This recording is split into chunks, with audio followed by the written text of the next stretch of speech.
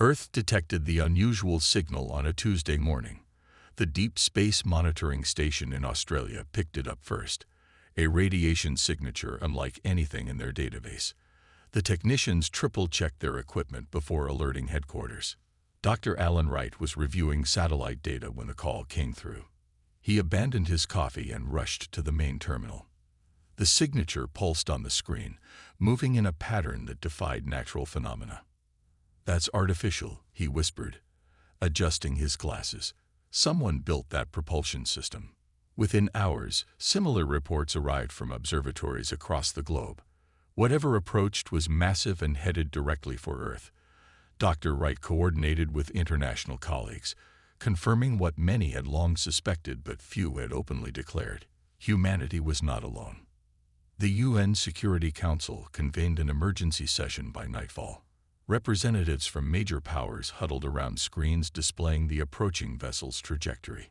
"How long until it reaches Earth orbit?" asked the Secretary General. 36 hours at current velocity," replied Dr. Wright. "But it could accelerate or change course. This technology is far beyond our capabilities." Military leaders proposed defensive options, but everyone knew their weapons would be useless against beings who could travel between stars. Earth's fate would depend on diplomacy and the intentions of the visitors. News of the approaching vessel leaked to the public despite efforts to maintain secrecy. People gathered in streets, places of worship, and homes to witness what many believed would be humanity's most significant moment. The alien ship entered Earth orbit precisely on schedule. It dwarfed the International Space Station, stretching nearly a mile from end to end. Its surface gleamed with a metallic sheen that shifted colors as it caught the sunlight. The first transmission arrived moments later, broadcasting on all frequencies in perfect English and simultaneously in every major Earth language. "People of Earth, we greet you as representatives of the Galactic Empire, a federation of 10,000 worlds united in peace and prosperity. We come offering protection and membership in our growing family of civilizations." The message continued, describing the benefits of joining: access to advanced medicine, clean energy, and faster-than-light travel. World leaders cautiously established communication protocols, and within hours, a delegation from the ship requested permission to land. The landing site chosen was a neutral location in Switzerland. Military forces from 20 nations secured the perimeter while civilian representatives gathered in a hastily assembled meeting facility. The alien shuttle descended silently, touching down with barely a whisper. When the doors opened, the crowd gasped collectively. Ambassador Zornful stood 7 feet tall with iridescent blue skin and 4 arms. His delegation included members of 6 different species, each more alien than the last. "We bring greetings and the hand of friendship," Zornfall announced, bowing slightly. "The Galactic Empire has watched your development with great interest." Over the next several hours, Zornfall outlined the terms of Earth's invitation to join the Empire. Behind the flowery language, Dr. Wright noticed concerning details. The agreement included resource extraction rights, migration quotas, and military basing privileges. "This sounds less like membership and more like occupation," whispered Kate Simmons, a State Department analyst, to her colleague. When the ambassador finished, Earth's representatives requested time to consider the proposal. Zornfall agreed with a smile that didn't quite reach his eyes. "Of course, such decisions should not be rushed. We will remain in orbit while you deliberate." As the alien delegation departed, Dr. Wright studied their shuttle's design. Something about the Empire's technology seemed familiar, as if it borrowed concepts from multiple sources rather than developing organically. "I need complete scans of their vessel," he told his team. "Something doesn't add up." That night, observatories around the world recorded additional ships joining the first. By morning, 12 massive vessels surrounded Earth like silent sentinels. The Galactic Empire had arrived, and Earth's decision time was clearly limited. Kate Simmons hadn't slept in 36 hours. The intelligence officer sat surrounded by equipment in a secure underground facility, monitoring transmissions from the alien fleet. Most communications followed official channels, but her team had detected encrypted signals bouncing between the 12 ships. "I think we got something," said her colleague Ben Porter, sliding a tablet across the desk. "The encryption is unlike anything we've seen, but the pattern matches communication protocols they shared with us." Kate examined the decrypted fragments. They're discussing resource assessments, mineral deposits, water reserves. They've been scanning us thoroughly. More concerning were mentions of processing facilities and extraction quotas. The language matched colonial exploitation patterns throughout human history, not the partnership Ambassador Zornthal had described. Kate compiled her findings and sent them directly to UN headquarters, where Peter Garcia, a historical analyst specializing in colonial systems, reviewed the material. "This is disturbingly familiar," Peter told the emergency committee. "The Empire's approach mirrors historical patterns of resource colonization. They offer protection while creating dependency, then gradually increase extraction demands." He displayed comparative analyses between the Empire's proposal and historical colonial agreements from Earth's past. The similarities were unmistakable. "They're not allies," Peter concluded. "They're conquerors with a polished approach." Meanwhile, Dr. Wright made his own discovery. Working with radio astronomers, he detected faint transmissions from star systems the Empire claimed as prosperous members. The signals contained distress messages and reports of environmental collapse. At a secure meeting of world leaders, the evidence was presented. "The Empire has systematically stripped resources from hundreds of worlds," Dr. Wright explained. "Their protection is actually military occupation." "We need more time," said Admiral Lisa Howard. "Our current defenses wouldn't last an hour against their technology." The Secretary General nodded grimly. "Then we'll buy time. We'll express interest in joining but request extended negotiations to address cultural concerns." While diplomats stalled, nations around the world began secret preparations. Military satellites were quietly repositioned. Scientists studied the limited data on Imperial technology, searching for weaknesses. Ambassador Zornthal accepted the delay with apparent grace, though intelligence reported increased activity among the Imperial fleet. New scanning patterns suggested they were mapping Earth's defense systems. 3 days into negotiations, Security Officer Ryan Mills detected an unauthorized entry at a remote mountain facility in Colorado. Instead of apprehending the intruders, he made a snap decision to follow them. The intruders weren't human. 2 slender beings with pale green skin moved with urgency through the forest. Ryan maintained distance, but kept them in sight until they reached a small clearing. "We know you're there," one called out in accented English. "We mean no harm. We bring warning." Ryan cautiously revealed himself, weapon ready. "Who are you?" "Refugees," the taller one replied. "From a world destroyed by those you now negotiate with." The Empire shows one face while preparing another. "I'm Krell," the smaller one said. "This is Vexa. We escaped during the occupation of our world. What they did there, they planned for Earth." Ryan contacted Kate, who arranged secure transport for the refugees. Within hours, they were brought before a select committee where they revealed critical information. "The Empire isn't as unified as they claim," Vexa explained. "They've overextended, controlling too many worlds with too few ships." Krell added, "Their technology has weaknesses. The shield systems cannot withstand certain radiation frequencies. We helped our scientists develop countermeasures before our world fell." As Kate processed this information, Imperial representatives demanded a meeting to clarify certain points in the negotiations. "They're getting suspicious," Admiral Howard warned. "We need to accelerate our preparations." The refugees' arrival had changed everything. Earth now had insider knowledge and a moral imperative. If the committee accepted their story, Earth wouldn't just be fighting for independence, but for justice across the stars. Krell and Vexa weren't the only refugees who had escaped the Empire's grasp. Their small scout ship, disguised with modified stealth technology, had carried 8 survivors from their homeworld of Lyria. Each brought valuable knowledge about imperial tactics and technology. The Empire conquers through division, explained Vexa to the Earth Defense Committee. They identify existing conflicts on a planet and exploit them. Admiral Lisa Howard listened intently, making notes as Krell displayed holographic schematics of Imperial vessels. Their main weakness is their reliance on quantum communication relays, Krell pointed out, highlighting nodes on the largest ships. Disrupt these, and their fleet coordination collapses. Despite demands from Ambassador Zornfall for the surrender of any unauthorized aliens, Earth's leaders had made their decision. The refugees would remain under protection. "We consider them political asylum seekers," the Secretary General informed the ambassador during their daily communication. "It's an ancient Earth tradition we cannot violate." Zornfall's upper eyes narrowed slightly.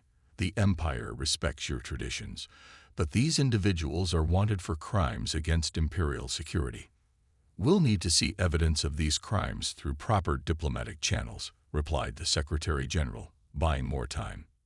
Meanwhile, scientists Jack Murray and Olivia Chen worked around the clock with the refugees, adapting Lyrian countermeasures to Earth's defense systems. Their shield frequency modulates every 3.7 seconds, Olivia observed, studying the data collected during Imperial ship movements. "If we time our pulses correctly, we can create momentary windows." Jack nodded, making adjustments to a prototype disruption device. "Small windows, but big enough for our purposes." Across the globe, nations quietly prepared while maintaining the facade of serious negotiations. Russian submarines slipped into new positions. Chinese quantum computing centers focused on cracking imperial codes. European aerospace facilities retrofitted satellites with new capabilities. In orbit, astronauts at the International Space Station reported unusual behavior from Imperial vessels. "They're deploying something at the L4 and L5 Lagrange points," reported Commander Paul Baker. "Looks like automated platforms."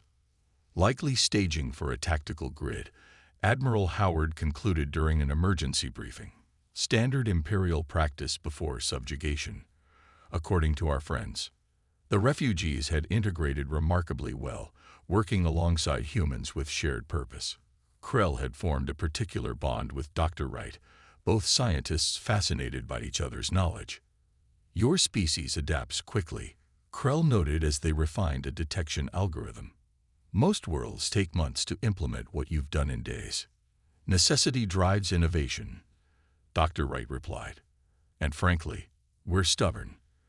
On the diplomatic front, negotiations had reached a critical stage. The Empire, growing suspicious of Earth's delays, had begun inserting increasingly restrictive clauses into the proposed treaty. "They're testing our compliance," Peter Garcia explained to the Security Council. "These resource commitments would cripple our economy within 5 years." Kate Simmons' intelligence team intercepted a revealing transmission that evening. Translated from the Imperial command language, it contained a single directive: "Prepare Phase 2 implementation. Resistance probable." "They're done with diplomacy," Kate reported. "My assessment is we have less than 48 hours before they make a move." Admiral Howard activated the final preparations. Hidden defense installations powered up around the globe. Civilian evacuation plans were quietly distributed to emergency services worldwide. That night, a previously silent alien ship appeared at the edge of the solar system. Unlike the Imperial vessels, this one approached on an indirect path, avoiding detection until it transmitted on a frequency Krell had provided. "This is Captain Merrill of the Free Worlds Alliance," came the transmission. "We received your coded message. We stand with Earth." The message confirmed what Earth's leaders had hoped. The Empire wasn't unopposed among the stars. As dawn broke over Geneva, where final negotiations were scheduled, humanity and its new allies prepared for the Empire's next move. Earth would not stand alone. Ambassador Zorntal's patience had visibly worn thin. The morning negotiation session began with none of the courtesies that had marked previous meetings. "The Empire has provided sufficient time for consideration," he stated, his forearms positioned in what the refugees had identified as a dominance posture. "We require your answer today." Secretary General Diane Foster maintained a calm exterior despite the tension filling the Geneva conference room. Representatives from every major nation sat silently as she responded. "As we've explained, Earth's governmental structure requires consensus from multiple sovereign entities. We appreciate your patience as we work through our process." Zornfal's upper eyes blinked rapidly, a sign of irritation according to Vex's cultural briefings. "Your internal processes are irrelevant to galactic stability. The Empire requires a decision now." He placed a data crystal on the table. "These are our final terms. You have 6 Earth hours to accept them." After the Imperial delegation departed, analysts reviewed the crystal's contents. The terms had hardened significantly. Immediate Imperial control of all space-based assets, establishment of 12 administrative centers with extraterritorial status, and mandatory resource quotas that would drain Earth's reserves within decades. "This isn't an alliance," Peter Garcia observed. "It's a surrender document." Around the world, final preparations moved into place. Civilian populations in major cities received emergency broadcasts directing them to designated shelter areas under the guise of civil defense exercises. Military forces shifted to high alert while maintaining radio silence. At a secure command center beneath the Rocky Mountains, Admiral Howard reviewed the global readiness reports. The defensive grid developed with Lyrian technology showed green across all sectors. The refugee ship and the newly arrived Free Worlds Alliance vessel had taken positions behind the moon, hidden from Imperial sensors. "All systems ready," reported Commander Greg Wilson. "Civilian evacuation is at 62% completion." Admiral Howard nodded. "And our friends in orbit?" "IS crew has been evacuated to the lunar shelter. All stations report ready." At exactly noon Geneva time, Secretary General Foster stood before the returned Imperial delegation. Global broadcasts carried her words to billions of watching humans.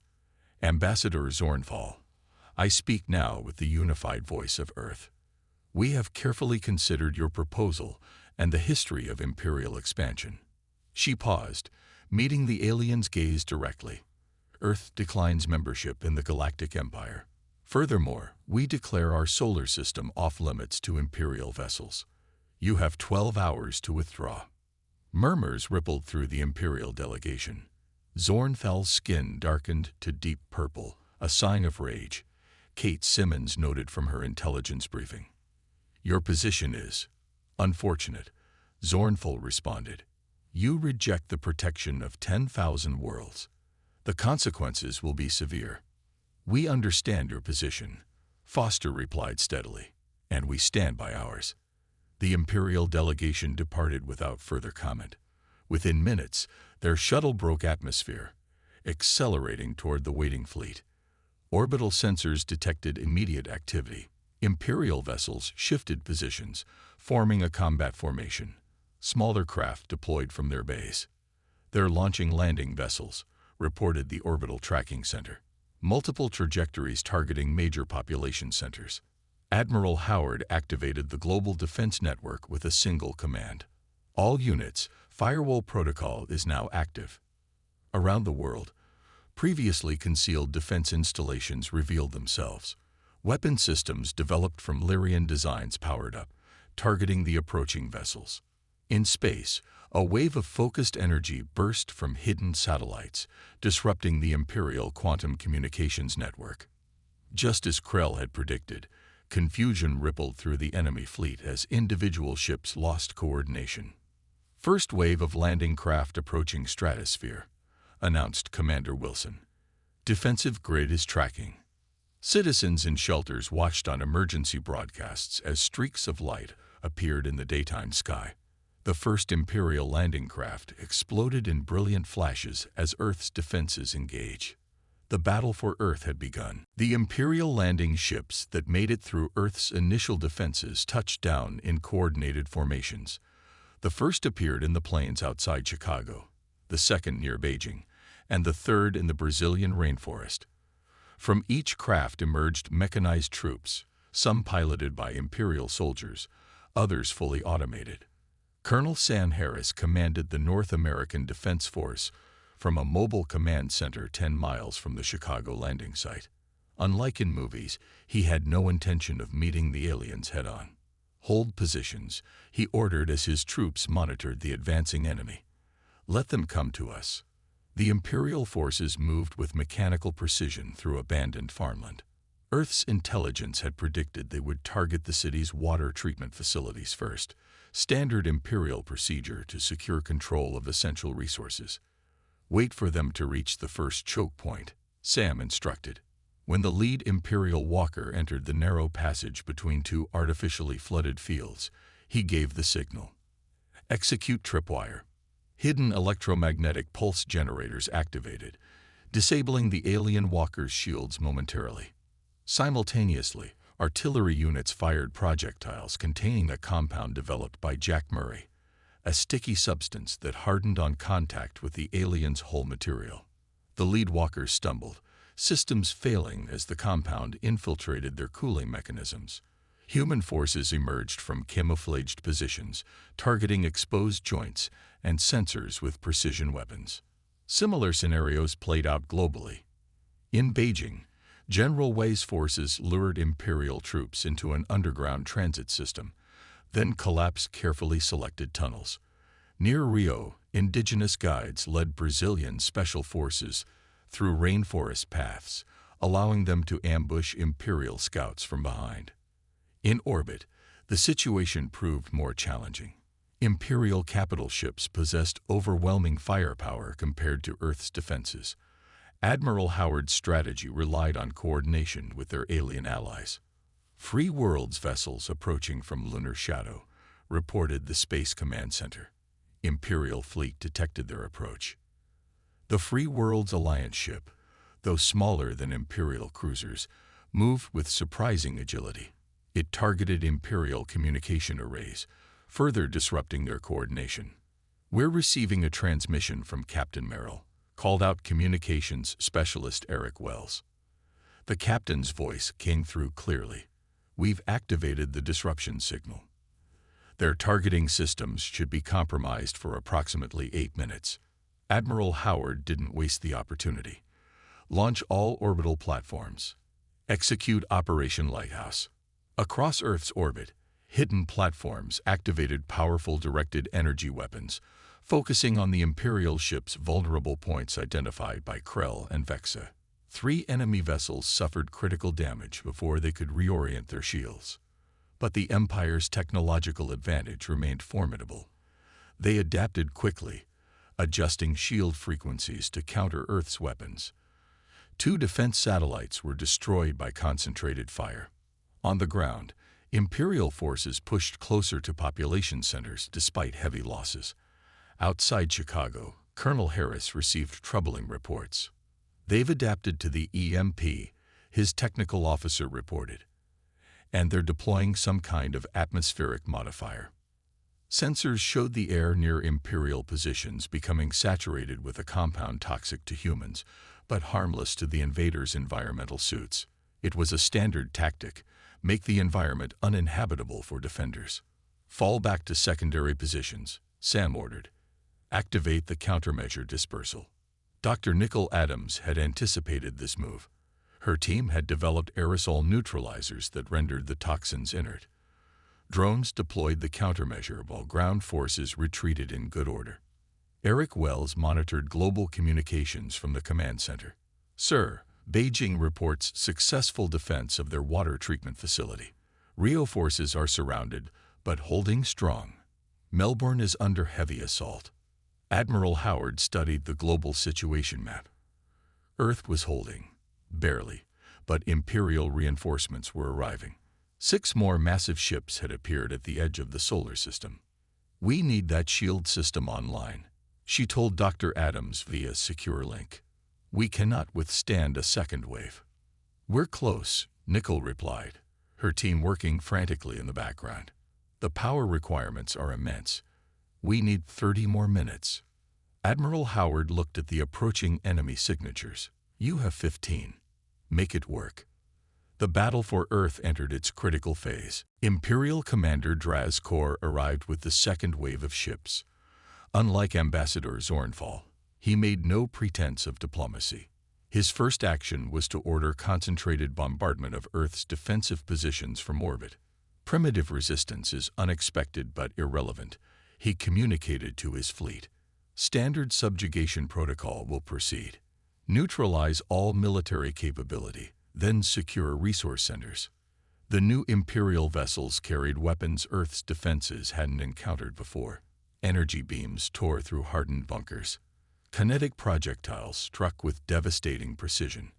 Earth's orbital defenses crumbled under the assault.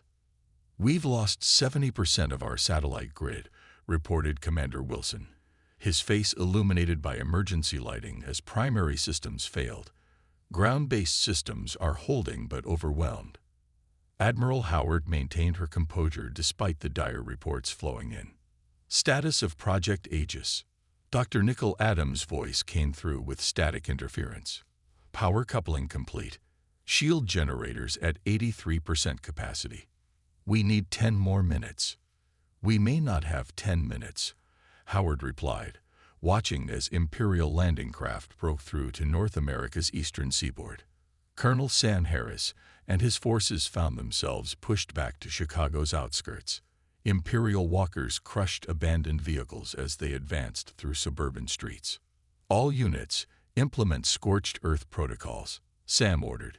His troops activated pre-positioned devices throughout the city, creating electromagnetic dead zones that disrupted Imperial targeting systems. Similar desperate measures unfolded globally. In Beijing, General Wei's forces flooded portions of the city to slow the Imperial advance.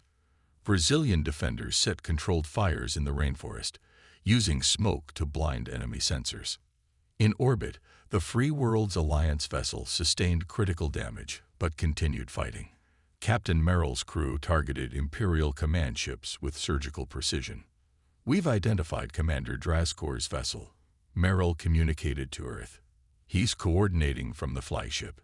If we can disrupt his command, it might create opportunity." Admiral Howard nodded to her staff. "Direct all remaining orbital assets to support Captain Merrill. We need that opening." Dr. Adams watched the power levels climb on her console. Project Aegis represented Earth's last desperate technological gamble, a planetary shield system adapted from Lyrian designs and powered by the combined output of 17 nuclear power plants. If it worked, it would create a barrier impenetrable to Imperial weapons. If it failed, those power plants would overload catastrophically. 92%, she announced. Field stability projections are within acceptable parameters. Eric Wells monitored communications from resistance forces worldwide. Something unexpected caught his attention. Transmissions originating from distant star systems. "Admiral, we're receiving signals from at least 7 planets," he reported. "They appear to be coordinated attacks against Imperial outposts." The broadcast Kate Simmons had arranged, showing Earth's resistance, had reached other subjugated worlds. Inspired by humanity's defiance, they had launched their own rebellions. Commander Draz Kor noticed the shift in Imperial communications. Reports of uprisings flooded in, requiring his attention. His concentration divided. He failed to notice a small lunar shuttle approaching his flagship from its blind spot. Admiral Howard had deployed her final reserve, a team led by Krell and Vexa, carrying a device designed to amplify the communication disruption. "Device placed," came the whispered report. "Activating in 30 seconds." The effect was immediate. Imperial ships near Earth lost all coordination. Some fired on Allied vessels. Others drifted out of formation. Draz Kor's flagship suffered a cascade of system failures. At that critical moment, Dr. Adams activated Project Aegis. A visible wave of energy expanded from multiple points around the planet, merging into a shimmering barrier encompassing Earth's atmosphere. Imperial weapons fire dissipated harmlessly against the shield. Landing parties found themselves cut off from orbital support. "Shield holding at full integrity," Nicol reported, relief evident in her voice. "We did it." From her command center, Admiral Howard watched as the Imperial fleet's formation collapsed. Earth had survived the onslaught, but the war was far from over. "Prepare for counterattack," she ordered. "It's time to show the Empire that Earth fights back." The battle entered its third day with a dramatic shift. Imperial forces, separated from their command structure and facing unexpected resistance on multiple fronts, began a disorganized retreat. Ships that had positioned themselves for planetary bombardment now scrambled to regroup. Admiral Howard watched from the Lunar Command Center as the Imperial fleet pulled back beyond Mars' orbit. The remnants of Earth's defense forces maintained vigilant positions, wary of deception. "They're not regrouping for another attack," observed Captain Merrill, who had joined the Admiral after his damaged vessel limped to the lunar base. "This is a full withdrawal." The situation on Earth's surface confirmed his assessment. Imperial ground forces abandoned their positions, rushing to extraction points where shuttles waited to return them to the retreating fleet. Colonel Sam Harris watched from a Chicago rooftop as the last Imperial walker stumbled toward an extraction vessel. His troops maintained fire discipline, ensuring the enemy's departure rather than seeking revenge. "Let them go," he ordered when a young lieutenant suggested pursuing the retreating forces. "We won the day by surviving. No need to risk more lives." Similar scenes played out worldwide. In Beijing, civilians emerged from shelters to find Imperial equipment abandoned in streets. Brazilian forest guards reported enemy vessels lifting off in such haste they left supplies and even wounded behind. Dr. Nicole Adams monitored the Aegis shield system as it adjusted to allow Earth vessels through while maintaining protection against Imperial weapons. The technology represented a turning point. Earth now possessed defensive capability that could deter future invasions. "The shield can be maintained indefinitely," she reported to the Global Security Council, "and we're already developing improvements based on what we've learned." As immediate danger passed, Earth's leaders turned to their new allies. The Free Worlds Alliance representatives shared star charts showing systems where resistance to Imperial rule had sparked following Earth's example. "Your broadcast reached farther than you know," Captain Merrill explained during a council meeting. 17 worlds have declared independence. The Empire cannot fight on so many fronts simultaneously. Krill and the other refugees requested permission to establish a permanent settlement on Earth. "Our homeworld is lost to us," Vexa explained. "But we can help build something new here, a center for cooperation between free planets." Earth's leaders unanimously approved. The first interstellar embassy was established in neutral territory in New Zealand, where representatives from newly liberated worlds soon arrived to form a cooperative alliance. Eric Wells, whose communication expertise had proved crucial during the battle, developed protocols for secure interstellar messaging. Within weeks, regular contact was established with resistance movements across formerly Imperial space. "We're creating something the Empire never expected," he told Kate Simmons as they monitored incoming transmissions. "A genuine partnership instead of subjugation." 3 months after the Imperial retreat, Admiral Howard presided over the commissioning of Earth's first true interstellar vessel. Built with combined human innovation and alien technology, it represented humanity's first step beyond their solar system. "This ship carries more than people and supplies," she announced at the ceremony. "It carries a message that freedom cannot be extinguished, even by the most powerful empire." The vessel's first mission would be diplomatic, visiting allied worlds to formalize mutual defense pacts and establish trade routes free from Imperial control. Dr. Wright, who had first identified the alien signature approaching Earth, joined the crew as Chief Science Officer. His research into Imperial technology had already yielded breakthroughs in energy production and medical applications. "We've learned more in months than we might have in decades," he noted in his mission log. Not despite the invasion attempt, but because of it. Crisis forced cooperation on unprecedented scales. 1 year after first contact, Earth hosted representatives from 26 formerly subjugated worlds. Together, they established the Sovereign Systems Coalition, an alliance dedicated to mutual support without sacrificing independence. The Galactic Empire continued to exist, but its expansion had not only been checked but reversed. Reports indicated internal power struggles as imperial leaders sought scapegoats for their failure. On the anniversary of the invasion, Secretary General Foster addressed a global audience. Earth declared no entry to those who came as conquerors, she said, but we open our arms to those who come as friends. Together, we build a future where no empire can threaten the freedom of any world.